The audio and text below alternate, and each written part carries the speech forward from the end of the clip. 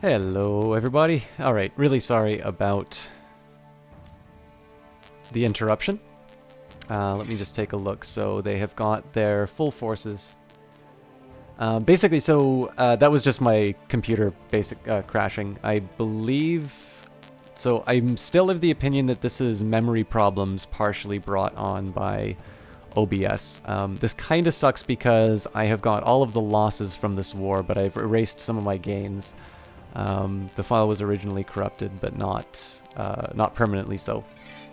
So let's just think a little bit about the worst case scenario. So you've got 1.55 from the Umayyads.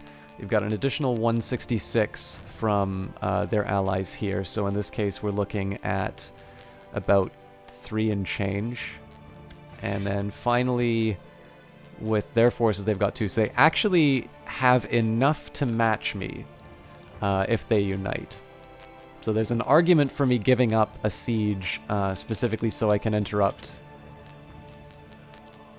the arrival of enemy forces, but we'll see what the progress on the streams are. Oh, crackle. All right.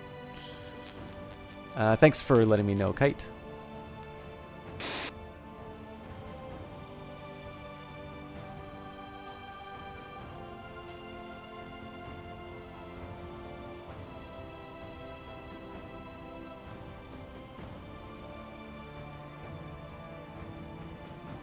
Hopefully that's fixed it.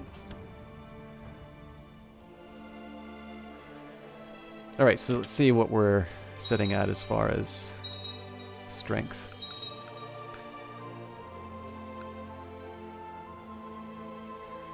And as far as reserves are concerned, we still have about... Okay, so it looks like we got another 5,000 troops that we can throw at this, if it comes down to it. I'll stop reinforcing my levies, which should bring up some cash. Also looks like we've got the faction to deal with still. So we have no guarantees that that faction's going to vanish like last time. Okay, so as much as I would like to... Well, let's just see. So I arrive September 29th, they arrive... Okay, so this is great, because we're going to take a outnumbered and weakened force. It sucks that we have to give up that siege that was close to completion, but this is going to put the screws to the...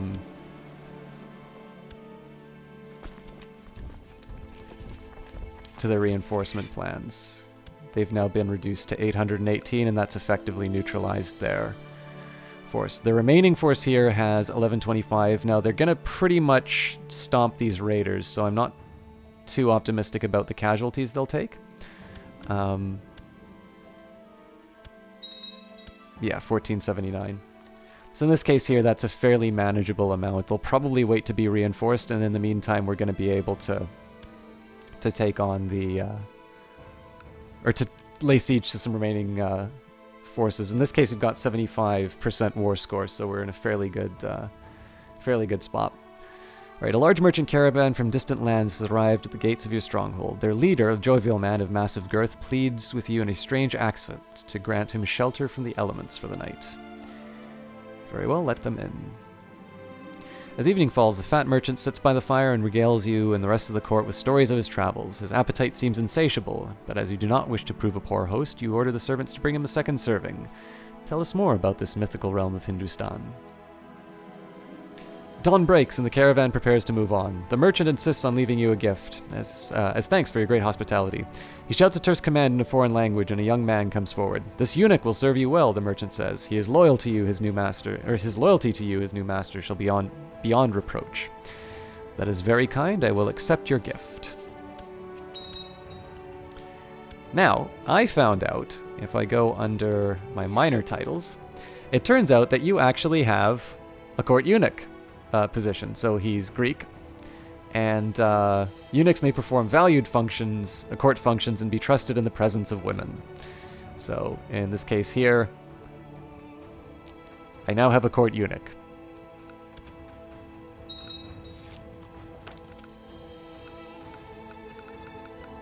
Just the thing that every home needs.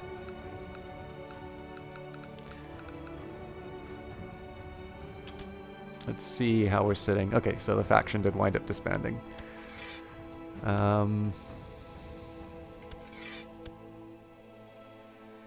It's a fairly strong reinforcement that they just got, but not enough for me to worry yet.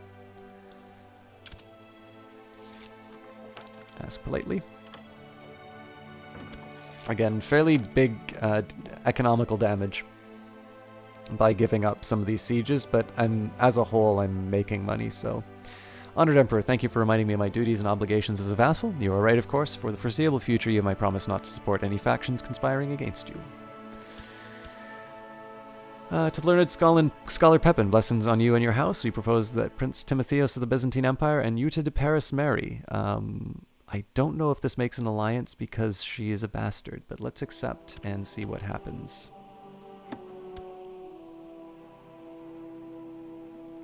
Drat. It would have been cool to have a Byzantine ally, because I have a feeling with their current strength. Well, actually, I mean, right now they're not that strong, but they're also that's also partially because of the war that they just had. So yeah, I'm thinking this generation, it's not going to be very likely that I seize those territories from the Eastern Empire.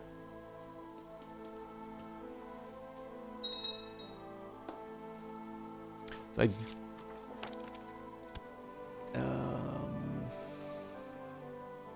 no. Not a heretic for me. I'm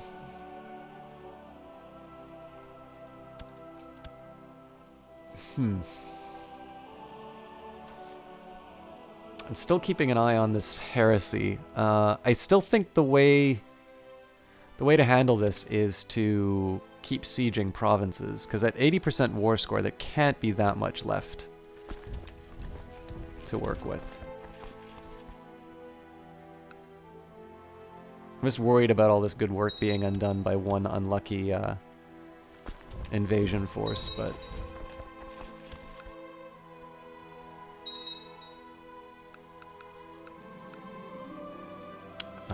Yet another instance of the Waldesian heresy, so that's a concern, especially because my chaplain just doesn't really seem to be able to handle them. I also think I can move my spy master because these are no longer a threat.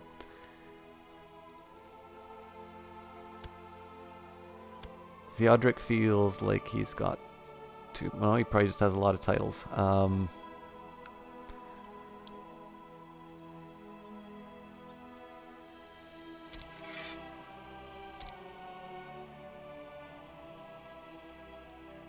Okay, so what's going on with my chaplain? Yeah, he's in the right spot. Where did the third heresy show up? We've got 1, 2... And in Italy as well. Yeah, I mean, honestly, I think we just need to let this play itself out, but it's definitely... I think I have a feeling that the majority of war is going to be... Oh, excellent. Okay, so Italy at least has its act together.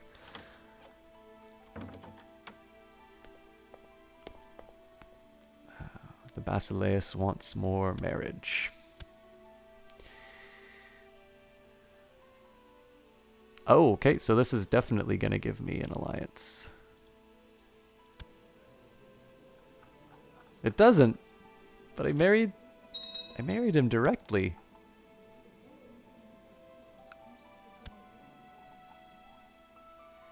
Okay, I just think I don't understand how alliances work in this game.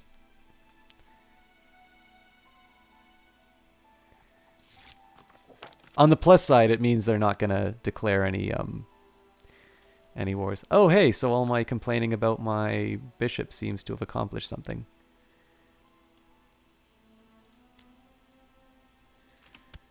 So we can move you on to the final holding.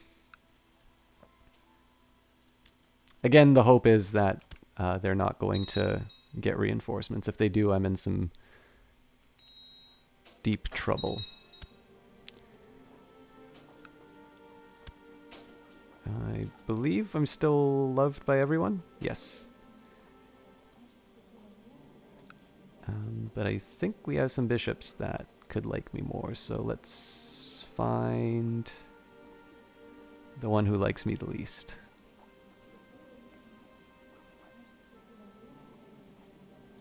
$93, unacceptable. God, I hope I was right about that. Yeah, 93s and 94s across the board. So the tempting thing would be to introduce free investiture, and then I'd be able to set up a pope of my own.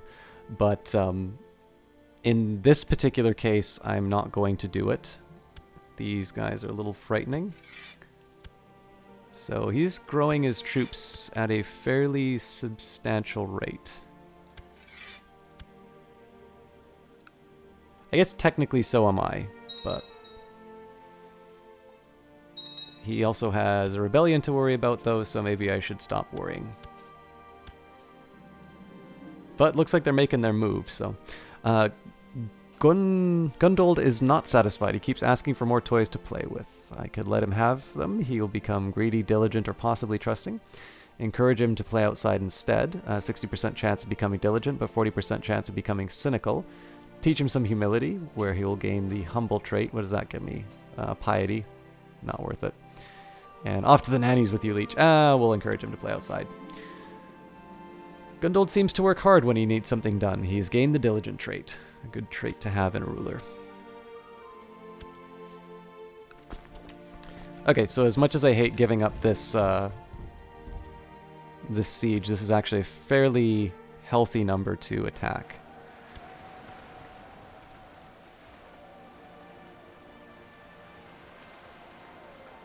It might actually be the war-winning amount, although there are going to be some reinforcements coming in. I think we still have what it takes to... No, we... Yes, we do. Again, a really costly win, but we got it. So, offer peace, enforce demands, where we will gain 100 piety from the war, 50 prestige from the war contribution. The Catholic Church gains moral authority. The Sunni faith loses moral authority. Loses 100 piety, 50 prestige, and I have vassalized Barcelona, uniting the Holy Roman Empire.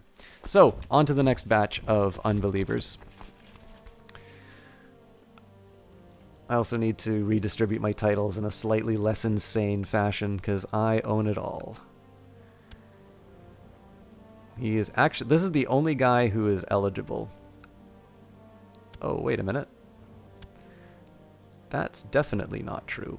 I have got a son. So here, let's arrange a betrothal first. Let's not arrange a betrothal, because those are all awful options. And here we will grant him the Duchy of...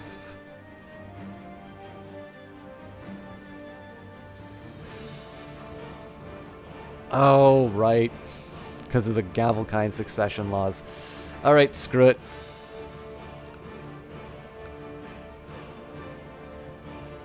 Wait, why don't I have this?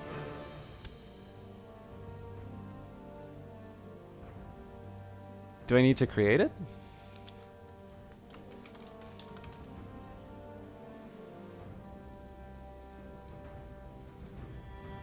I do.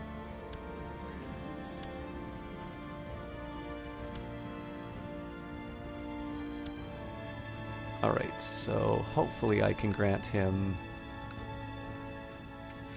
Barcelona and the lower titles. And that's just basically just so I can keep it in the family.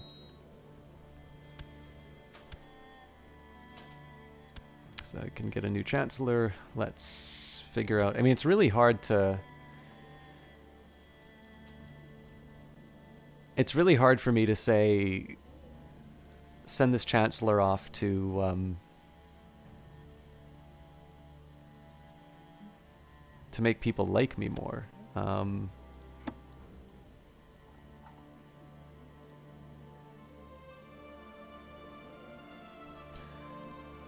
This is actually kind of dangerous, but let's see...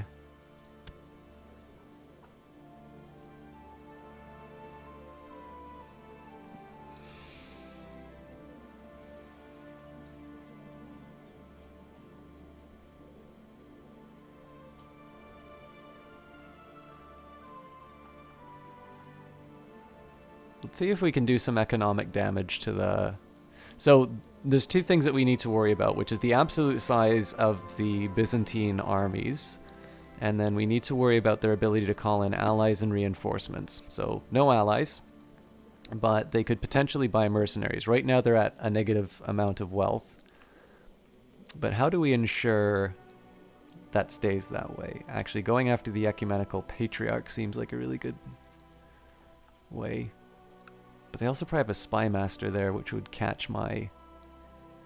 Well, let's see what happens. So in this case, what I'm going to do is I'm going to sow discontent directly in the capital. The drawback is that this guy is almost certainly going to get caught.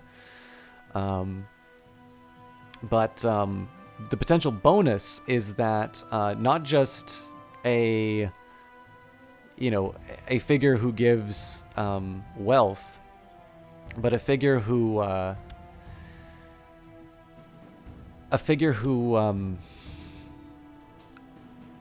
like is a church leader will become increasingly upset with the Basileus, and so as a result that will weaken his position. So the hope is that we will get away with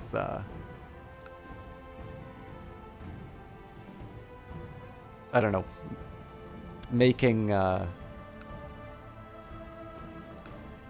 sowing a little bit more discontent than what we normally get away with. So in this case, we're kind of killing two birds with one stone. The potential drawback is that my chancellor gets captured and doesn't actually accomplish anything. The potential benefit is that I do economic as well as moral damage to the Basileus.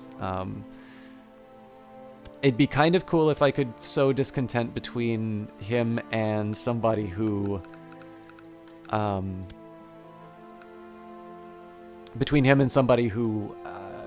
gives him a lot of troops, but I'm not going to go through the entire list of... I'm not going to go through the entire list of vassals to figure out who's the biggest source of troops.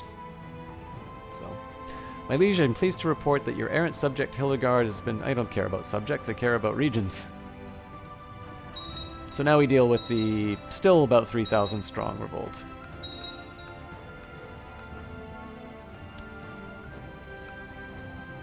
And I'm actually thinking maybe instead of family, I should consider going to a business focus.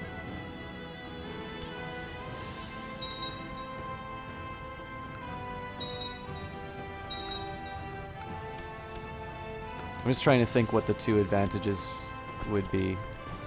The health and diplomacy is really good for this character, but I don't know. I've been corresponding regularly with my half-sister Dub Essa, and she always makes sure to see her whenever I get the chance. It's a harsh world, and family must stick together. Family first.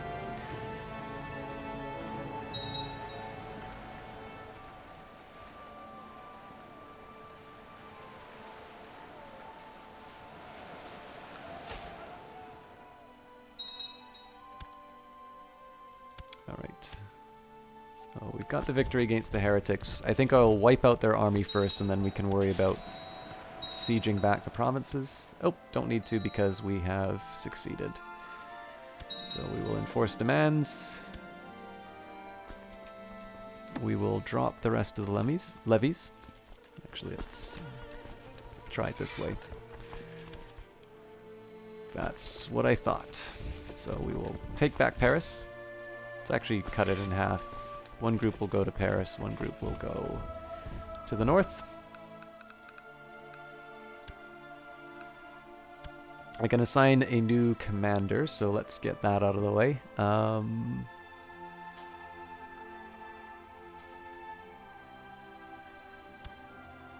Strong one. 13, I think we can do better. Level 5 also isn't good enough. And I think we can do better than 13. Nope, he's the best, so... We're sorted out for command... Oh, nope, we're not. 13 is still a bigger number than 7. I could not ask for a better spy master. 30 is crazy. Actually, my chancellor's pretty good too, so maybe you won't get caught. Yeah, I'm okay with these. And I have a feeling because I'm so loved, I can get away with releasing some prisoners.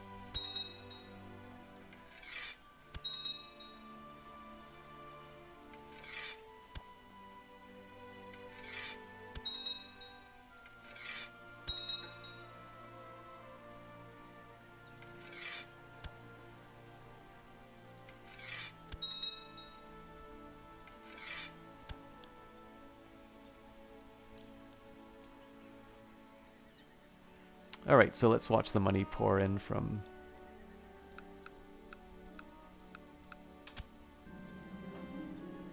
Spending more time with my wife, and though of course we did not marry for love, I can tell it is growing between us. Ah, marital bliss.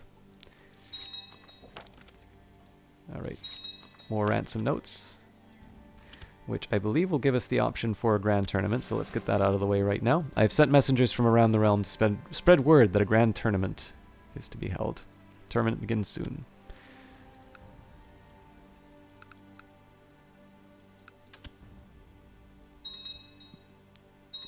And mostly at this moment, I'm just trying to clear out the raiders so that I can drop the rest of my levies, because I am at negative 17 for my troubles.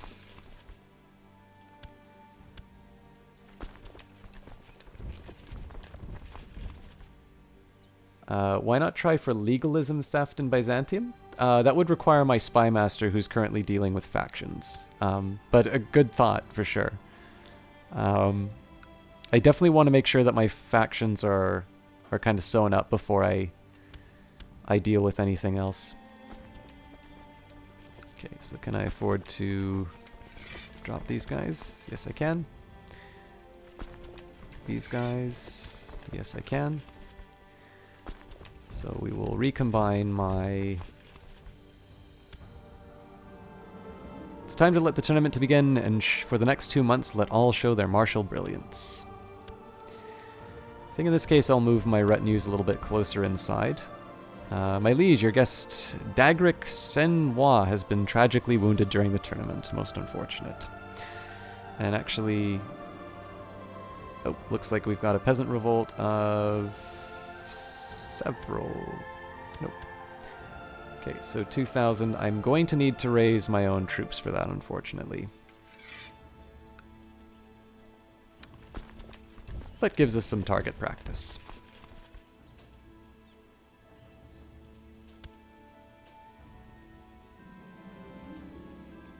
I guess Terry Talifer has been tragically killed during the tournament. Again, most unfortunate, don't care. I guess Marl, man, these guys are terrible. Has been tragically wounded during the tournament. Most unfortunate. Yet another person wounded during the tournament. Yet another person wounded during the... Are there any spectators? This is gonna go down... this is the sort of thing that you wish you could read about in a history book. Like the tournament where everybody lost a limb. Alright.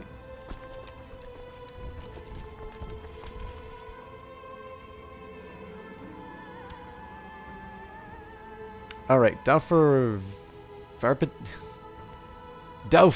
has crowned my winner of the Grand Tournament. Yet another wounded during the award ceremony. Don't care who got second, don't care who got third.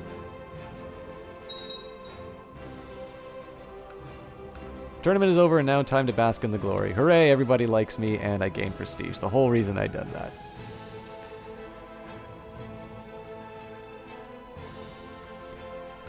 I would be more excited about the tournament if everybody didn't, you know, impale themselves. Alright, I believe one of your vassals can be discouraged from associated with conspiratorial factions if the proper leverage is obtained. How do you wish to proceed? He's kind, gregarious, arbitrary, greedy, cynical. I mean, there's not a whole lot to threaten him with, so let us obligate him. And Theodric's actually a fairly strong member, so...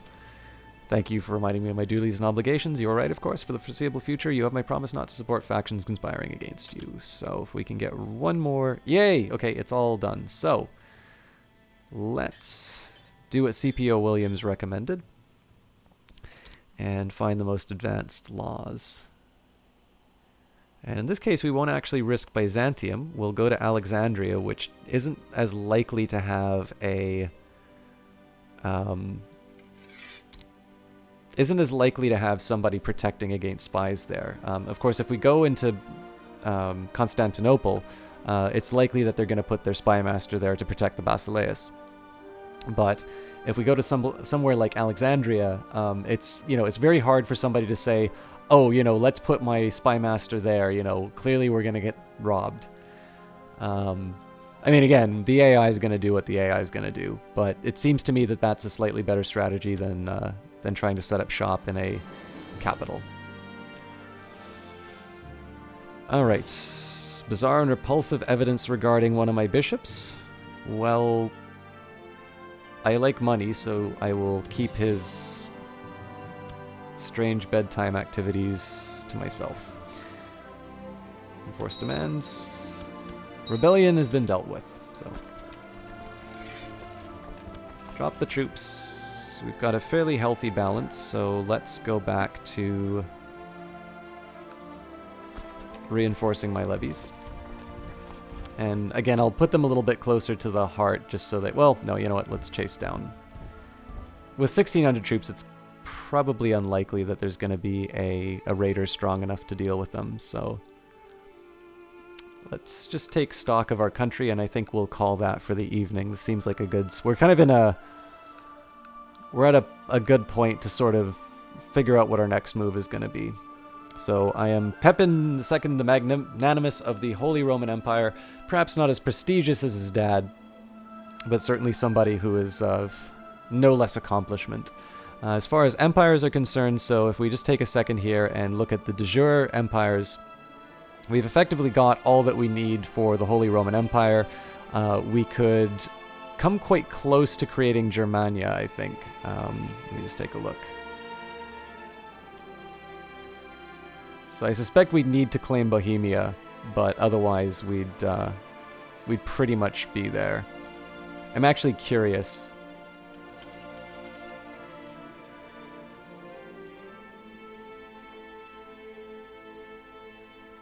So I've got 75%, I would need 80. So I mean, really, for here, yeah, I just declare the Holy... And this would be enough for me to add it in. The catch, of course, is that would have a fairly substantial increase to my vassal limit. The other big concern I have at the moment is my Gavelkind succession. So I'm okay with the current form because the titles that get lost are the Kingdom of Saxony and... Hang on, I also lose a barony. Cambrillis, where is that?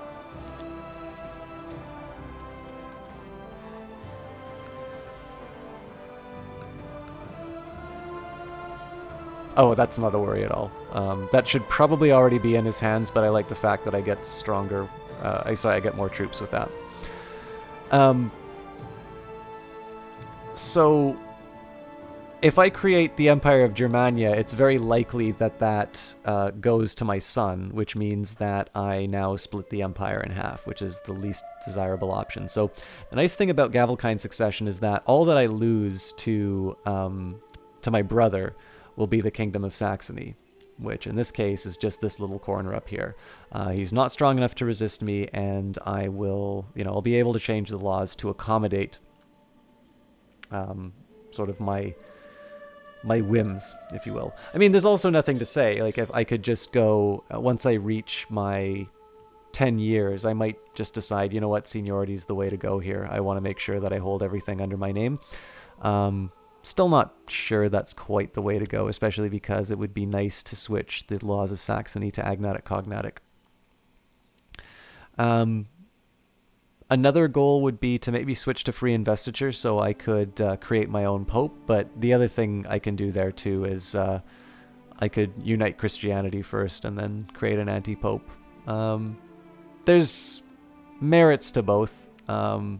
I'll probably figure that out on my own on the next playthrough. I don't see a major reason to go around changing crown succession laws. I mean, keeping in mind, I still have this hope that I can get my legalism up high enough to give myself primogeniture. And then I don't need to worry. Looks like I do have enough points to do some improvements to my military. So let's start with light infantry. I think next we'll do heavy cavalry and then siege equipment. I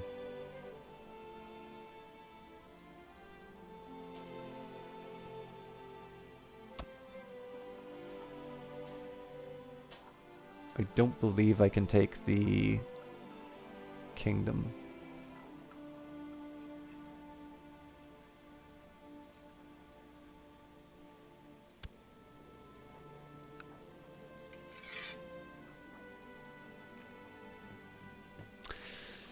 Yeah, really not sure what to do about that.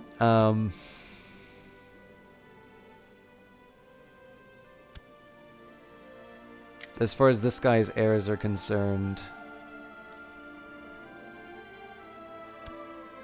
I mean, it's interesting. I kind of want to know what happens after this. The thing is that this guy is not a dynastic heir. I don't know what makes this guy the next in line. So I don't know if killing him and his son off would be enough for me to get that kingdom back. But I think at this point I just wait for the opportunity and I take it then. So as far as the plans for the next next round are kind of in the back of our mind goal. I guess I should look at de jure empires. Oh wow, okay, so that is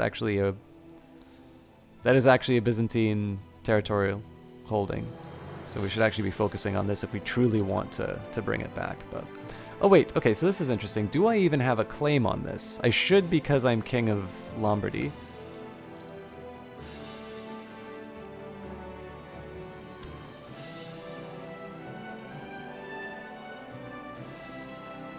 Yeah, so I've got multiple de jure claims. So this is actually going to be a little bit of pulling teeth. I'm actually going to have to fight for each of these provinces one at a time. Again, they're at 16. I am at 21. Wow. And my full strength should be more like 23.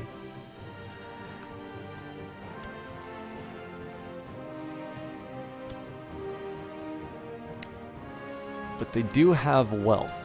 So they could potentially hire... Well, another 4,500 isn't really quite going to be enough to stop me. And they're of a different religion, so I'm going to be... Oh, wait a minute. No, that doesn't give me a military bonus. I don't know. So we're actually in a fairly better position than I thought. So, as a recap, our first goals are actually to try and take these territories held by the Byzantine Empire. The reason for that is I currently have counts under me, and I can turn those counts into dukes just by taking these territories. So for instance, Capua presently... Oh, hang on.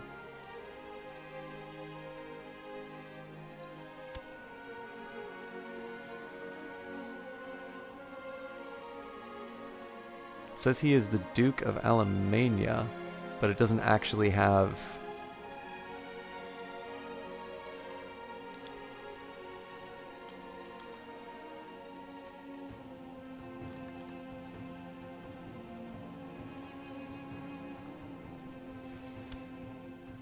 Yeah, that's held by her.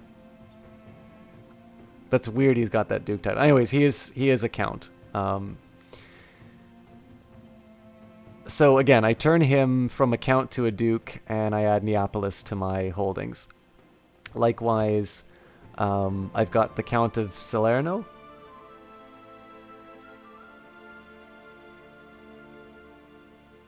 Actually, so in this case, it would just be added to his holdings already, so that doesn't necessarily change. This is just adding to the territory of vassals that I already have. Capua allows me to turn a count into a duke, as would... taking Region. It also gives me the opportunity to kind of claim the island, or well, Sicily. But the big drawback about that one would be I would be adding another person to my vassal limit, so I have less of a priority on this holding. So at the moment, I definitely want to claim this, definitely want to claim this. This is maybe option number 3 and option number 4. Oh, it's because he's married to the Duchess? Good to know.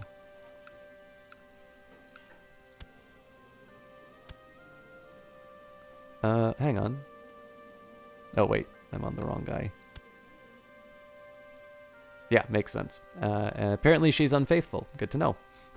So yeah, I think maybe we will be going to war with my Byzantine brothers. Overall, I think this is a fairly good spot in the playthrough. So we're just on the dawn of primogeniture, which is nice because that means that we'll be able to sort of hand out some kingdoms to relatives. The nice thing about the current form is even with Gavelkind, they still remain subjects under the Empire. So technically, if I wanted to do some pretty rapid expansion, I could just give away a kingdom title and sort of hand that over to one of my sons for them to sort of play around with while I add to my holdings. I'm not entirely sure I'm ready for that yet. Like, if you think of my major opportunities for conquest, I can still upgrade my existing vassals. And then the next obvious target would be to move up into England. So, and I don't believe I have any good CBs for that yet. I have individual CBs, but not, and they're usually for subjects. So I might actually want to, reconsider these. Overall, like, this is a little bit of a mess just because these are ultimately Bavarian subjects. So in this case, this is already one queen who's sort of upsetting my plans. But we can sort of figure that all out after the fact. On that note, I am done for tonight, guys. I am actually been streaming a little bit longer than originally intended, but that kind of seems to be the way it works. I usually start late and end late. It was a lot of fun streaming for you. I apologize for the interruption, especially because it means that I basically only streamed for about half an hour after the crash, but we're at a fairly good spot to end. We've more or less established the Holy Roman Empire as it should be, and probably then some. We have managed our vassal limit well enough that we can actually go toe-to-toe with the Byzantine Empire now.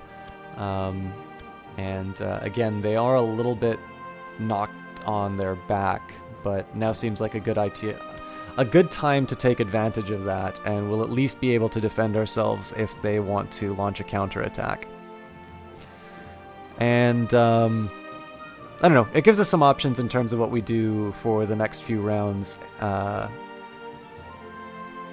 Mostly want to see how this retinue goes. Actually, this is another big factor that I haven't thought about, is that right now my retinue is at half strength or less. I also have more opportunities to increase that troop size. So that will further add to my forces once everybody gets up. But with that in mind, thank you very much for being a fantastic audience. As always, I always kind of figure it's like, okay, this is going to be the relaxed night where, you know, I don't worry about any more followers. And as always, you guys spoil me. You give me a new follow. We had a donation tonight. And of course, I'm already sitting on an absolutely flabbergasting number of follows and donations. So thank you guys. It is always fun streaming for you. I'm glad that you guys are having fun watching. For my last act tonight, I'm gonna see if anybody is streaming at the moment. It's less likely because it's PAX, but because PAX is on and because we have fewer opportunities to watch some of our favorite streamers, now is a really good time to run into streamers that we don't normally see. So all right, there is one person online. This is actually somebody who hangs out and chat a lot, doesn't always necessarily talk. And that's one thing I'll say about the stream. So it's definitely a much more relaxed kind of a stream. But this is actually somebody who came in when I started playing Sword of the Stars, The Pit. His name's Krunkalunka. Again, doesn't talk as much as I do, but he usually winds up playing some interesting games. They're games I haven't really seen before. He's playing a game called Dungeon Fighter Online. He's nice to hang out with. Again, I think a lot of the qualities that attract people to this channel may not necessarily be the same, so he doesn't talk quite as often, and depending on how many people are in the chat, the interactivity is a little bit lower. But he's a good guy. I like hanging out in the stream personally, And I think the game is actually really interesting to watch. So I know if you talk to him, he will respond a little bit more. And more importantly now is the opportunity to try out some new things. So I'm going to leave you guys with Krunkalunka. If it's not your thing, definitely wish you best of luck in terms of finding out something else on Twitch TV. But until then, I will be back Monday for sure, where we'll be continuing on with Shadowrun Hong Kong. And next Friday, when we will do our last round of Crusader Kings before school starts,